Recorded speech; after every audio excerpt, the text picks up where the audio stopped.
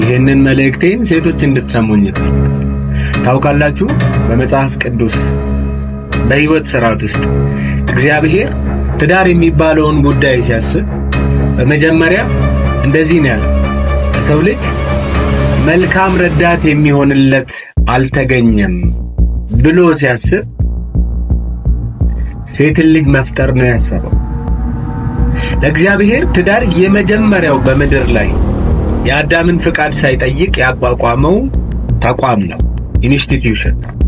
እና ያንን ተቋም ሲያስብ እግዚአብሔር በመጀመሪያ ያሰበው ሴቶችን ነው።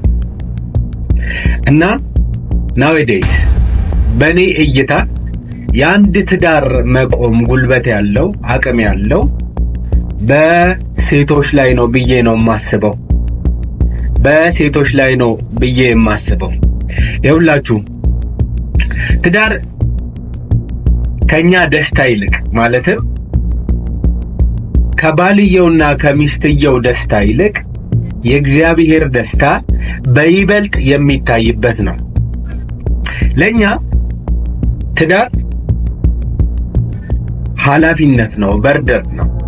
ከሁሉ በላይ በእኛና በሁለታችን መካከል ወይንም በሴቷና በወንዷ መካከል የሚሆነው ትዳር ለእግዚአብሔር ነው። ትልቁ ደስታ፣ ትልቁ ስኬት ለእግዚአብሔር ነው።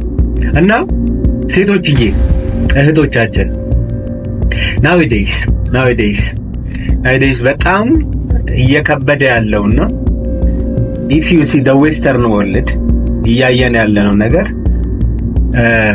አባቱን የማያውቅ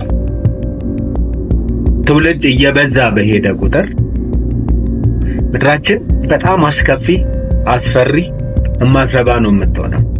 እና አሁን በጣም ያለ ሀፍረት ትዳራቸውን መፍታት እና ሲንግል ማም መሆናቸውን እና ባላገባም ችግር የለውም ብለው የሚያስቡ ብዙ ሴቶች ሐሳባቸውን በየሶሻል ሚዲያው ያለማቋረጥ ብዙ እየሆኑ ኢምፖዝ እያደረጉ ነው ያሉት። እና ለኔ በጣም ችግር ያለበት ባል የለም ብዬ አላስብም። ግን ደግሞ ሴቶቻችን እግዚአብሔር ትዳርን ሲያስብ እናንተን ካሰበ የትዳርን ማስቀጠል አቅም ከወንዱ ይልቅ እናንተ ጋር ኃላፊነቱ እንዳለ እንዲገባችሁ ፈልጋለሁ። እና nowadays በጣም ብዙ ሚስአንደርስታንዲንጎች which is really demonic ሴቶቻችን ጋር እየታየ ነው። ባላገባም ችግር የለውም፣ ሲንግል ማምም መኖር እችላለሁ። እና ሚል በጣም ዋጋ የሌላቸው ሐሳቦች እየተነሱ ነው። በመጀመሪያ ሚስት ለባሏ ትገዛ የሚል እግዚአብሔር ቃል አለ። if you are not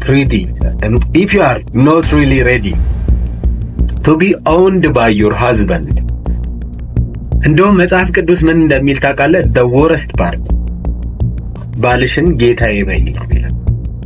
ጴጥሮስ ላይ በመጽሐፍ ቅዱስ ደግሞ ምን እንደሚለው ፈርስት ፒተር ላይ ሳራ አብርሃምን አምላኬ ነው ሎርድ ነው የምትለው፣ ጌታዬ ነው የምትለው። ጋይስ this is not about እንትን እኮ ሴቶች ከባላችሁ ጋር የምታደርጉትን ጉዳይ የባላችሁ አታርጉት። እግዚአብሔር በእናንተ ላይ ያስቀመጠውን ጉዳይ አስቡ።